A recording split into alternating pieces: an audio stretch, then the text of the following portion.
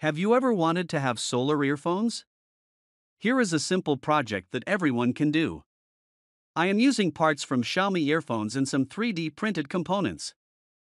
I downloaded a 3D model case from the internet, and I will modify it to accommodate my solar panel.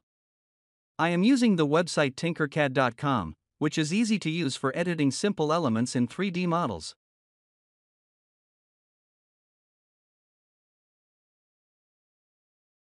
Here is the final product. It doesn't look that bad, does it?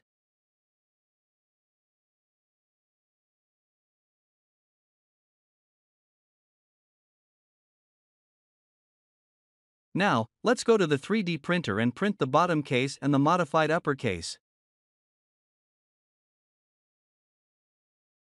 After 3D printing, here is the final product. Now, the only thing we need to do is correctly solder the solar panel with the diode and the earphone's electronics.